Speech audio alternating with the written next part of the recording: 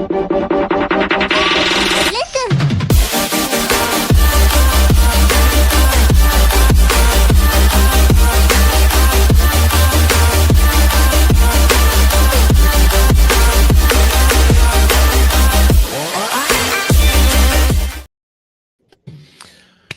everyone, and welcome back to another episode of Sorry in Advance Radio. I think we needed some time off from the Phillies once again being booted early from the playoffs, and then having to suffer to watch the Empire win. It was like watching, Revenge of the Sith. Yeah. I blinked and the playoff run was over for us. That's pretty much what it felt like. The last two seasons. Yeah, lots of WTF moments. Yeah, especially a big one at the end. Yeah, but look. I feel like we can agree. We're not even going to get into that. We are not going to. Here's one thing I'm not going to talk about. I'm not going to talk about Kirkering. And I am not going to talk about the Bryce Harper bullshit that happened for 2 weeks. No, because it's over.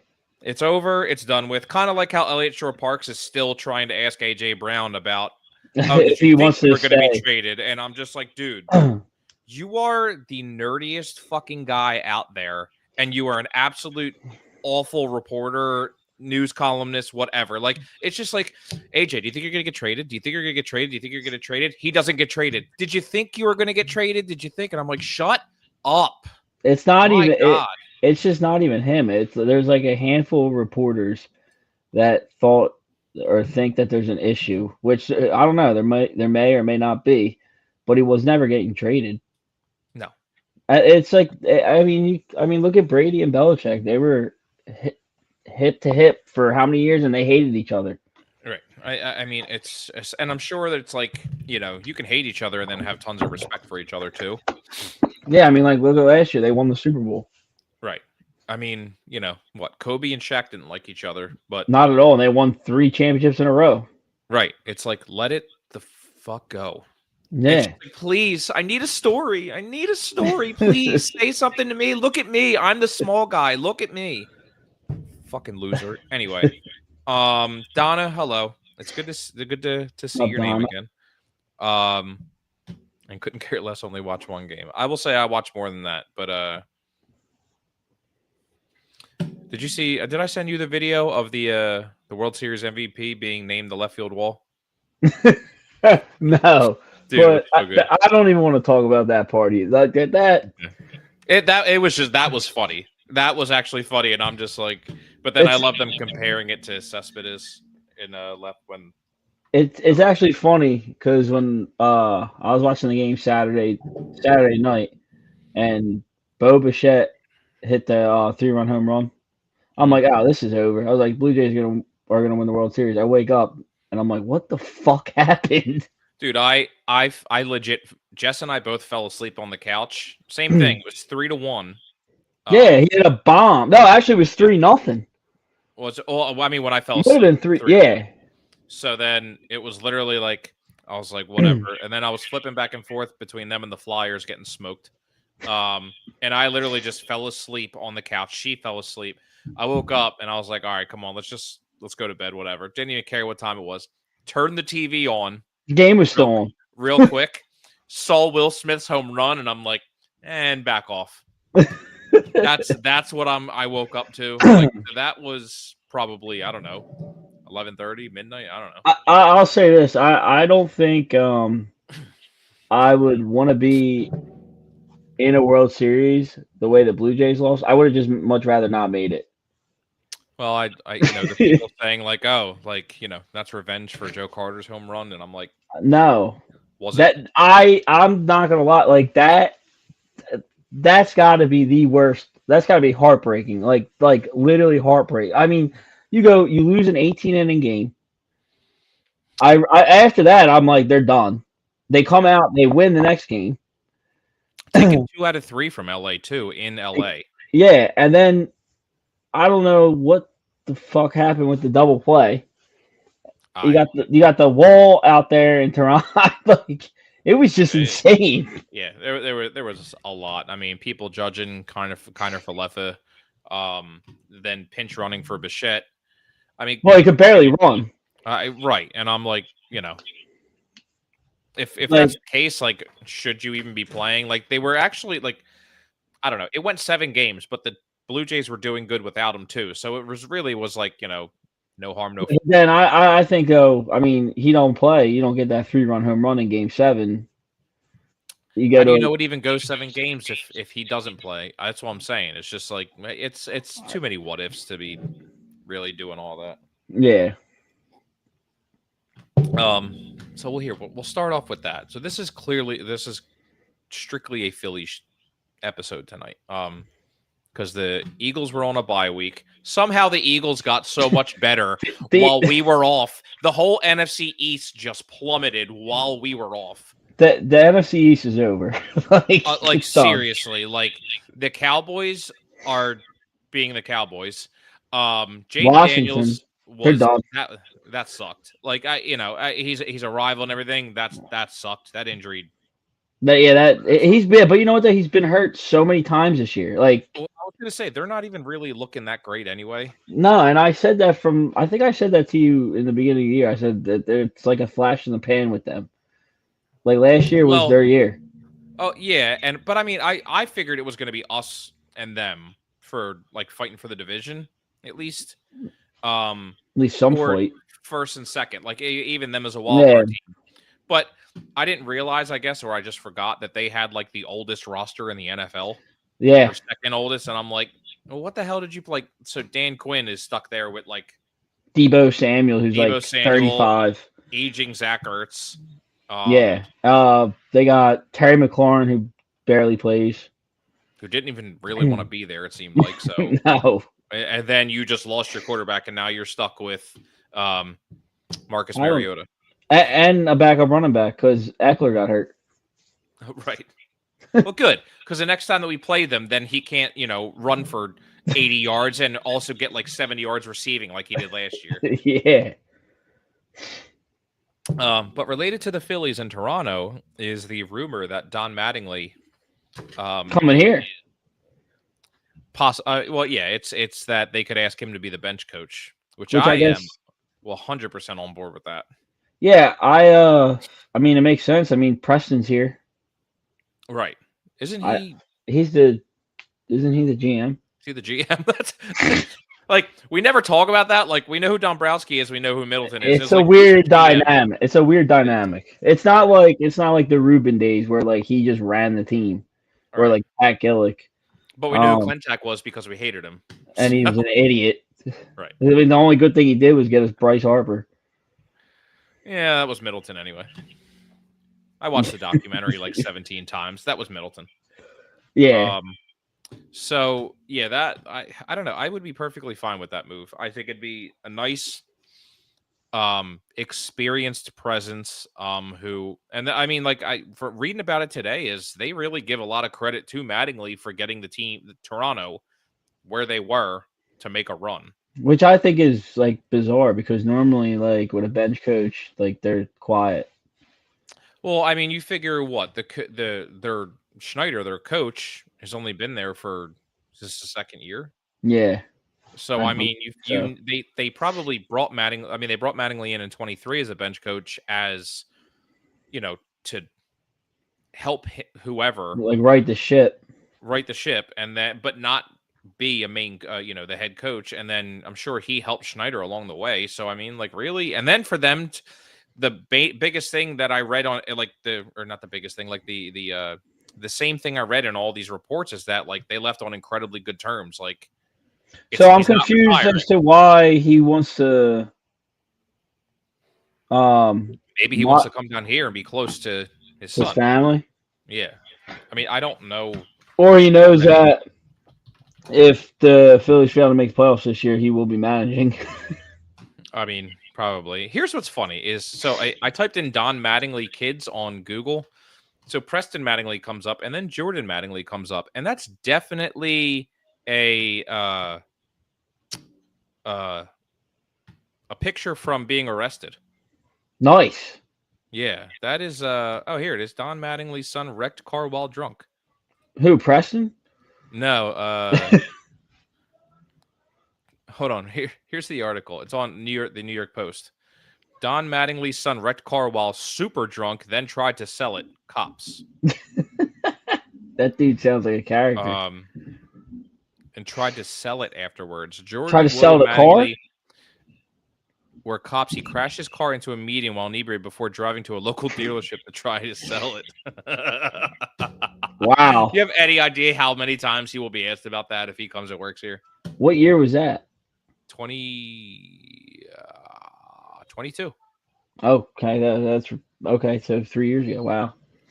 Dude, he blew a .291. Holy shit. That's 3.5 times the legal limit. Dude's almost dead just from drinking, not from And just. wow. His car was missing a tire when he tried to sell it to the dealership. The most impressive part about that story is he drove it on 3 tires. I mean, whatever. That sounds like something from Grand Theft Auto. So anyway, that was that's interesting. But anyway, nice little tidbit about the Mattingly family. Yeah, whatever. And then you have Taylor Mattingly, who is, I think, in the minors. Okay. Oh no, never mind. He's not playing anymore because he is 40 years old. So he's playing for the River Sharks. Yeah, he played in the minors for, dude, it looks like 1 year, and that was it at 18. Whatever. So anyway, Don Mattingly, I mean, they're all from around Indiana, here. I think. Yeah. And most recently, wasn't Don Mattingly the manager for the Marlins? For the Marlins, which, you know, if you sign there, I think you're trying to fail for a little while because no one goes there voluntarily unless they have zero options. I mean, coincidentally, he did lead them to the playoffs against us. I know, but no one goes there to try and like stay a Marlin. No. So, and wait, did he take them there when they faced us? Yeah. No, I thought so. Wait a minute, we're gonna have to, because I could have swore he was, unless So he he managed the Marlins from 16 to 22. Yeah, so 22. He was. Why would someone choose to be unhappy for that long? Wait, no, then it was 23 when they made the playoffs then, right? Yes, because they finished. Yeah, they finished in 4th that year. Okay, so 23. Okay. And 23 they finished 3rd, and then we beat them. That's when we beat Suarez, or no, Luzardo, excuse me. Yeah. Suarez. Anyway, so we will. I will take Don Mattingly anytime. Yeah. So let's get into this because tonight we're going to dive into the latest Phillies headlines going around, the who's in, who's out, and who might be going, and who do I want off this effing team. So let's get into 2026, shall we? Let me move this thing around because I'm still learning it now. Small, yeah, I can still read. All right. So, I feel like there's is there a lot to talk about with this offseason, or is it just plain and simple? You know, I mean, from what it sounds like, they're just gonna run it back with some minor tweaks. Okay, good. I'm glad that when we were going through the slides for this show, I saved it for last. One for last. I mean, I hope it's a completely different offseason. Dude. Yeah. So obviously, some of the main points is we know that Harrison Bader opted out. I think we all knew that. Here's and you'll see giant X's on Romano and Robertson. Those are just like, it's not worth talking about. And when and this says potential free agents. I started making this like before everything. So yeah, just for the slight chance, I was like, oh, could we sign Schwarber? And Scott pointed out on here the predicted contracts. No, I don't predict Kepler to get 4 years, 128 million. So I apologize for that. Let me get rid of these comments at the bottom. So here's our main free agents. And I'm sorry that I have to put Max Kepler on this list too, but with the way our outfield looks, he's kind of a main free agent. So these are all of the predicted contracts that they are. I looked across multiple ones just to see what all these different people thought, and these are kind of like the generalized ones that for me to bring it into view. Schwarber, they're expecting 4 years, 128 million. So when you're looking at an average annual value, they're looking around 30, 32, 34 million dollars. Whether that is, I've seen multiple people say, oh, you could do a 3-year at 40 million a year or 4 years at 32. Someone said that I've read multiple times that people said someone will go 5 years with him. Oh yeah, I also saw though earlier. I guess his name's on Twitter, Alex Call. He said the Phillies will do what they'll go toe to toe and outbid anyone. So I just think he'll be here. I think so too, and I mean like my mom when she sent me like a list of all the people who went to free agency and all, and she was just like really upset that Realmuto did it. Which here's my thing: for 2 years, 32 million and 16 million a year. I guess I'll keep Realmuto because there's no better options out there. I think he's staying. I'll give him 2 years, 15 or 16 million each year because you're not getting, especially because and he also had a strong end of the year, like from June.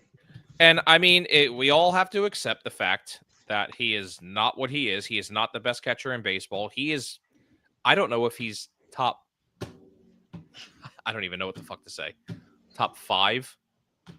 I'm perfectly fine with him coming back as long as he splits time with Marshawn. Yeah. I think that's going to be your option because there's really no one else. There's no one else really worth going after. No. And I was going to say 2 years, 32 million. Here's why I feel like that might be overpaying. And that's because Salvador Perez just got 2 years, 25. And I'm sorry, Salvador Perez had a better year offensively than Realmuto. I think, yeah, he's also just a better all around hitter than Realmuto, like a power hitter.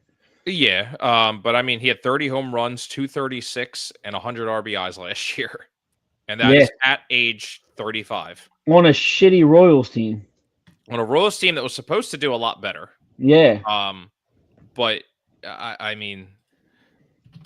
That surprised me because I didn't think it seemed like Salvador Perez was really I'm gonna say seemed like it, but I don't know because I don't watch the Royals as often. But I mean, it seemed like he was going downhill, obviously, because of his age and everything like that. So he was also playing first base too.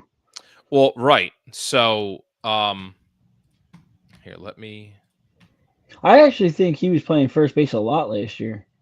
So here, he had less WAR, Perez, but played more games, had 20 I don't know, 13 more hits, 12 more hits. The 12 home runs compared to 30. He had double the RBIs. The batting average is whatever. On base, JT. But again, a lot of that could be the end of the year for JT. He really was on fire at the end of the year. But the slugging, OPS, and OPS plus really and Salvador Perez had 35 doubles compared to 26 for JT. That's insane to me. Also, it was like a weird year for JT because he didn't get a hit against a lefty until like fucking damn near August. I know. So with that, but like you said, Salvador played first a lot. JT was like, I mean, you had Bryce there, so obviously he wasn't moving. Right, and I mean, let me see. Let me look it up real quick because I didn't think we were going to talk about Salvador Perez today. Dude, interesting player. So he caught 92 games still. I was going to say, he DH'd and played first a lot. He DH'd 38 and only played first 30 games. Like that was, and he had a 1,000 fielding percentage as a catcher. That's impressive. So here's my thing. judging by everything that I just said, with the fact that Salvador Perez, besides batting average, really outplayed Realmuto, Realmuto should make the same thing. He shouldn't be paid more than Salvador Perez. No, I agree. So 2 years, 12.5 million is what Salvi got. So whatever. I hope they take that into account and don't just be like, well, we really want you back because there's no other options, which unfortunately is probably what it's going to come down to. So he'll get 2 years, 32. Yeah. Um, so Suarez, they're predicting 4 years at 92 million. And every single one that I have seen has us like third favorites to get him back. I don't think he's coming back. I don't think he's coming back either. And I you know don't think. what's crazy? Do you know what the average annual value for that is? It's $23 million a year. Yeah, I don't I think think he could get more than that. I think he's gonna get like 110. Yeah, I could see him, and like, well, everything I keep seeing too is like, was it God, Seattle, San Diego. I think San Diego's going to go hard after him because they just lost Darvish for the year. Yeah, I could also see Seattle. I could see him going to Seattle though. Yeah, I mean, really bolster that lineup, or lineup. Jesus God, rotation. And they already have a good rotation. I think that's what's interesting. Yeah. And just really pile onto it. And let me see, I'm trying to remember if Michael King is a free agent or not, because I know, excuse me, he had an option. Nope, Michael King's a free agent, and he's supposed to make 3 years at 75 million. So they're projecting Michael King to make more than Ranger Suarez. Yeah, so I think Hey, he's. Steve, how are you? I think he's going. The only reason I think he's going is because of Painter. Obviously, hopefully he can actually somewhat come up. I mean, I feel like the rotation right now, you're going to need what you can get, because you don't know what Painter's going to be, and you don't know what Wheeler's going to be. Well, I think they're gonna. I think they're gonna sub. They're gonna replace like Suarez with two outfielders because I saw something. Maybe. I saw something today that they're really looking to upgrade the corner outfielders. Right. So I saw that they're talking about like Joe Adell from the Angels. You could I trade saw for that. Yeah, or I saw Kyle Tucker. Kyle Tucker. Let's talk trades real quick, because all the free agents obviously are on the next slide. But I mean, I saw Joe Adell, Taylor Ward. Taylor Ward. I saw, oh my God, it was somebody from the Rockies, I think. I don't want anyone from the Rockies. No. I can, now that I have like 7 pages here of notes that I took and wrote down to talk about, and that's one thing not on there.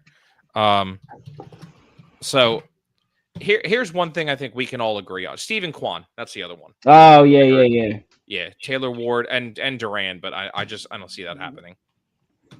I would love that. Yeah, to tie into that, name is Pizzo. Yeah. To tie into that, we all knew that Bader was going to opt out. He wasn't going to accept 10 million. But here's the funny thing: is they're predicting him to make 2 years, 25 million.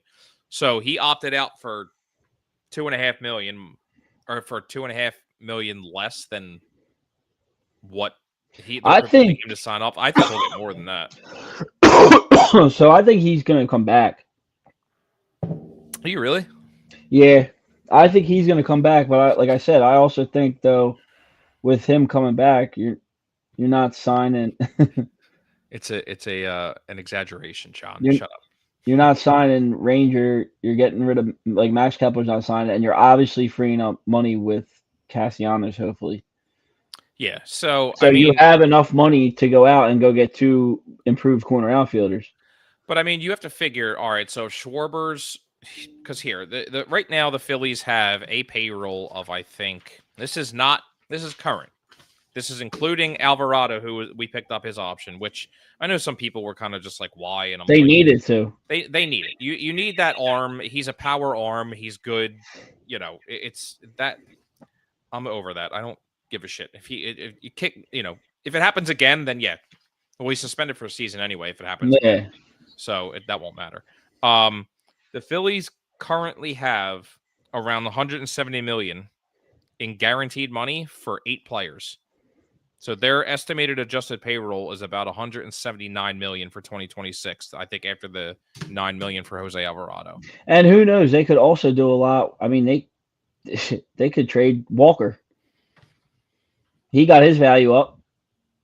Oh, Taiwan Walker? Yeah.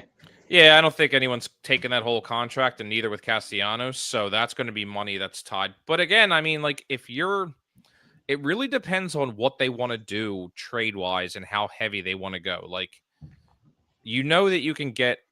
It'd be nice if they could pull like a Howie move, where you somehow convince someone to take someone. Or you do what Danny Briere did with Ryan Ellis, and you somehow trade Ryan Ellis to the San Jose Sharks and take his contract when he hasn't played hockey in 3 years. Yeah. So it's literally get the money off the books. Regardless, I think no matter what, you're probably eating more than half of Castellanos' last year, which sucks. But if you get him off, then You have money to do stuff. you have money, yeah. And I mean, I guess Dombrowski said like he had the discussion with Middleton, and they have a plan in place for what they want to do. And I'm like, well, and the wallet's open. Apparently, what he said. Right, but I mean, at the same time, it's when you look at Suarez, it's Suarez is injured a decent amount of time. And he always goes through that lull where it's like for like 3-4 months in the summertime where he's just awful. Right, and you get Real Muto, who caught 130 games last year. That number's going to keep going down. Schwarber, you can extend because his career because he's a DH. And that solves a lot of problems with having him as your DH because you don't have to listen to people go, Harper should be a DH when he just finished second in Gold Glove again. And I think Harper's going to come out with a vengeance this year. He's going to hold on to all these comments and shit. I do think there is a plan where, I do think there is a plan where, I mean, what if Harper, let's just say they get rid of Castellanos, right? Mm-hmm. And Harper's like, yo, Pete Alonso's out there. I'm moving to the outfield. Go sign him. I mean, he said that before. He's openly exactly that if there is somebody he better, literally said Pete's name. Well, I know, and he can say it now because he's a free agent. Exactly. Without getting in trouble. Yeah.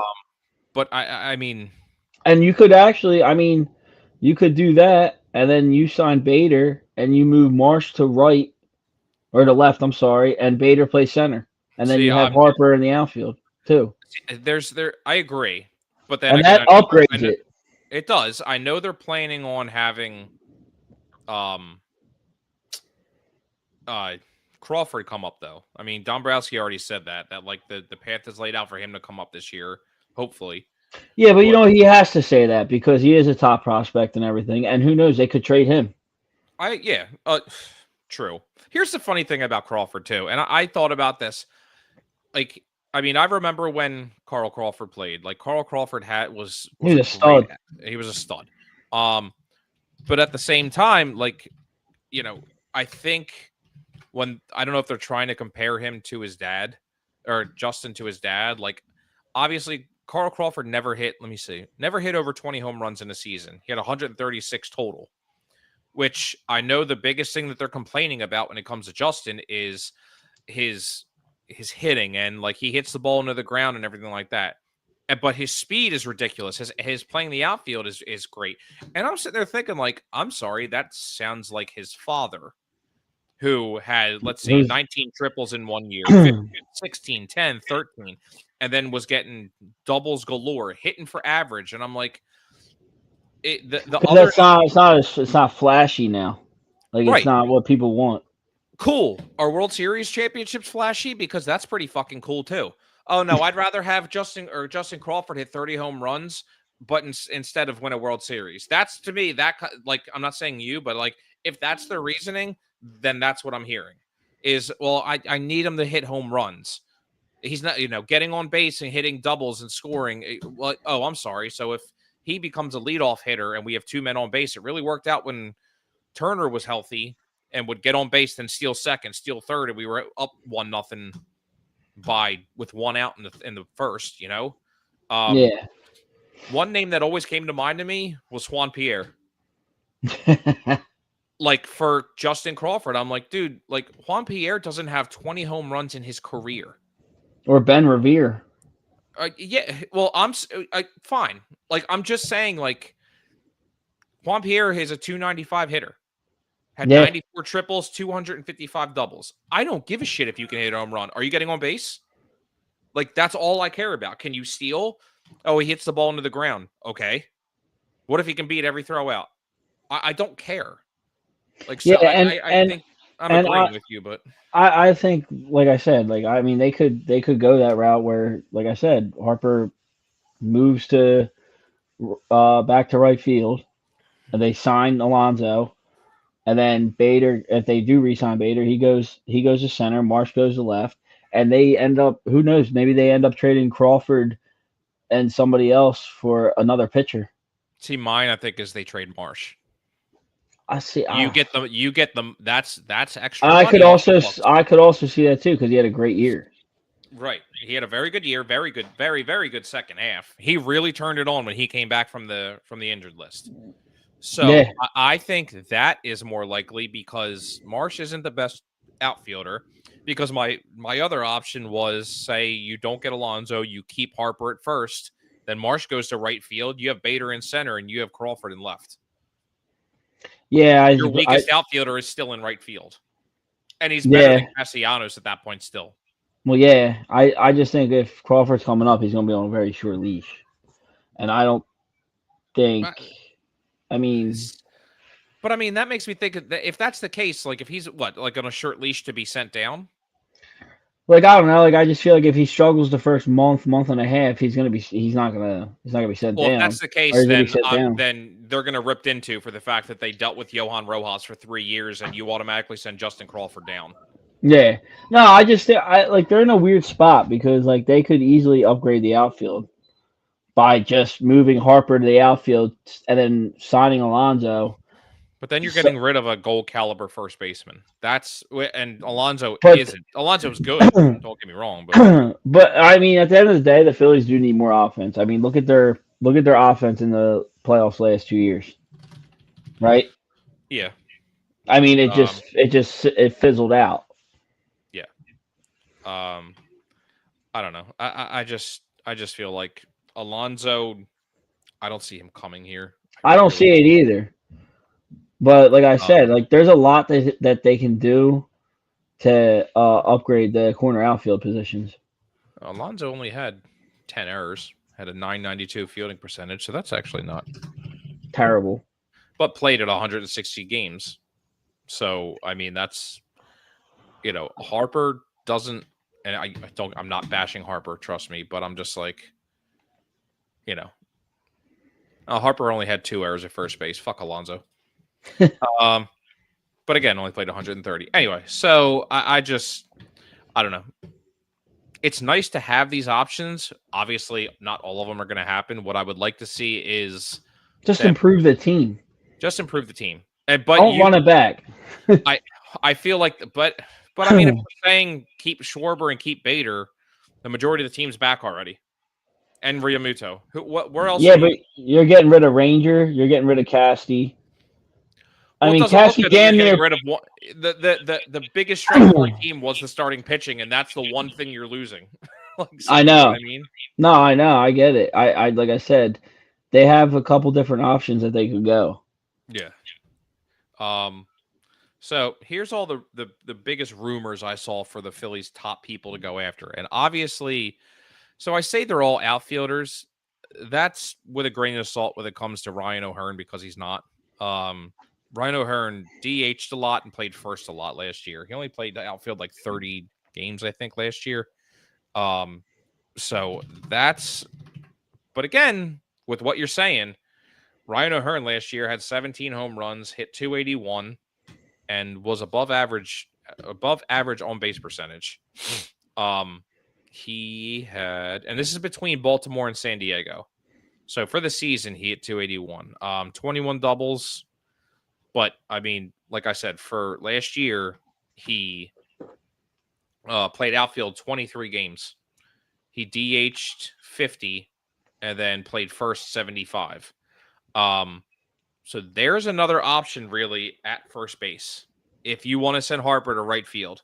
Exactly. But I mean, obviously, the reason I put Bellinger and Tucker together in this is like if you really look at it, Bellinger had obviously a much better year, and he's only projected 180. Right. I think that's crazy, but that's an age thing. But which is weird is because Kyle Tucker is going to be 29 at the start of next year. He's going to get 10 years, $400 to $500 million. Right. He's going to be 29, and Cody Bellinger is going to be, he is 30 and is going to be 31 in July. So it's like, why is Cody Bellinger getting possibly $300 million less than Kyle Tucker? Right. Who was hurt. Right. I mean, Bellinger still killed it. Absolutely killed it last year. Yeah. So I don't know. I mean, I would be very happy with Bellinger. I'd be happy with any of these three. I would be, yeah. I mean, that's 100% accurate. Yeah. It really would be fine. But I mean, it's also like, is it fit? Because like Bellinger, you're obviously getting power. He can play first. That's good. He can play center and right if you need to give anyone a day off. So there's 3 positions that he can play. And still has an upside really without the mega contract. Like 7 years at 180 is $25 million. You're saving $6-7 million a year compared to Schwarber. Well, if you're signing him as Schwarber as your DH, but I mean, just average that you like $40 million for 10 years for Kyle Tucker. That's the average. People are saying that's $40 million a year for a 266 hitter last year. Like, no. Yeah. But I mean, when it comes to Tucker, I don't know, man. It's if you want to go for the big move, but again, it's you go for Tucker, that big move. That's all you're doing. Yeah, and I feel like if they're going that route for Bellinger though, or even O'Hearn, to be honest, that's the cheaper option for O'Hearn. If they're really saying $36 million or whatever, but to me, if they do that, then they're just like, we're giving this 1 or 2 more shots, and that's it. Yeah, because that would include Schwarber. Yeah, in that if it's 4 years. So the next little topic here of should I stay or should I go is Alec Boehm, of course. Alec Boehm, I think is I think we all agree that Castellanos is not going to be here next year. Alec Boehm very well may not be here. This also ties in though to, I mean, if they sign one of those 3 outfielders, because you're not giving $200 million contracts out in the same year. The Phillies just don't do that. Right. So this, and I think that's what's interesting is like his current arbitration is predicted to be a little bit over 10. Boom, at 29 years old. So I looked further and saw what they're projecting. If he stays the same person he is now, they're saying 7 years, 142 at $20 million a year, pretty much. Yeah, no. And I'm like, all right. So I'm curious where he would get that. He'll get that. But if he has a better year, if he has a year like he did 2 years ago, where he can hit a lot of doubles, hit 20 home runs, like then, like, because you look, if this thing would get off my screen, no, that. Like career wise, obviously, Bregman's been up longer. But like 293 doubles for Bregman to 143 for Boehm. And Boehm we thought was going to be a doubles machine because he was. Yeah. It's again, the you're talking about a 37. They'll both be 37 when they're done here for free agent contracts if they sign them. And I'm not crazy about Bregman because of his age. Right. Like, and he had a very good. He had. Well, he's better than Michael Young when we got Michael Young. Yeah. But he had a good year last year. But I'm just like, I can't even say it against the Dodgers anymore because they go out and they get the best people, but then they still, unless you're led to defer all these contracts, you sign them all to deferred contracts, and then I'm in. Go get Yeah. every single best player that you can. Go sign Edwin Diaz. Go screw it. He'll be the setup man. I don't care. Go get Ryan Presley just for fun, even though he sucked with the Mets last year. Yeah, it was not good. This one I think is going to be interesting because Bohm, his people say his attitude and all that, and I'm like, the whole lineup really disappeared in the playoffs, like Again. So it's really, apparently it's not the hitting coach's fault. It's not the No. manager's fault. Then I'm like, at some point, I'm It's the gonna laugh players. if they sign Dom Mattingly to be a coach here, and everyone's hitting in the 280, 290. I would laugh my ass off, and cheer. So these are kind of the biggest things that I think going on in the Phillies news right now. I agree. What else did I have? So was that it? I'm out of shit to talk about. Son of a bitch. So here's my thing. What do you? We'll make a prediction. What do you think the Phillies do? I think they do go out and sign a big time free agent, but I don't think it's going to be like Kyle Tucker. I don't either. I think it's going to be. I really think they're going to sign Pete Alonso. Okay. And I think hate Alonso to goes say to the AL. I hate to say that because I hate Pete Alonso. I think Alonso goes to Boston. That's just me. I think he goes to Boston. I think Tristan Cassis is kind of done there. He's been hurt. Yeah, I think I don't think he's not. He's done. And they got so much money off the books by trading away Devers, which was genius. Crazy. It was crazy at the time. Yeah. I mean, it's still early, but that blew me away. Yeah, I know. I think I think the Phillies will make a. I think they're going to make a big move, like I said, but it's also going to open up spots like that. Like I said, that Alonso, if they do sign Pete Alonso, you can move Harper to outfield. Yeah. And then you're basically, I mean, you're upgrading your outfield, but you're not. I guess at this point, I mean, they're equal at first. Power hitting wise, Alonso actually, I mean, he's a better power hitter. He's a better power hitter. I mean, and he doesn't have like a low batting average either. No. Like he'll still hit like for a decent average until he comes here. But like he hit 38 home runs, 272 average, and 100 RBIs. Yeah, I'm fine with that. I mean, I feel like that's the average nowadays. Like you're not getting a lot of 300 hitters. You're not getting all these people hitting 290, 280. Like you get paid having a 4 ERA now. That's just baseball. You reward what used to be mediocrity. I will say that my prediction is they do make a big signing and it'll be before the winter meetings. I don't know who the frigate's going to be because I don't know who wants to come here. I think that's the thing too. Is coming like 10 years for Tucker. I'm tired of doing those contracts, and I'm going to watch Harper age out. I'm going to watch Trey Turner at shortstop until he's fucking 40, 58. Yeah. Like, but I mean, I know that's what it takes nowadays. I personally don't even think we're going to have baseball in 27. And that's the other thing. Who knows? Maybe the Phillies just go all out knowing that.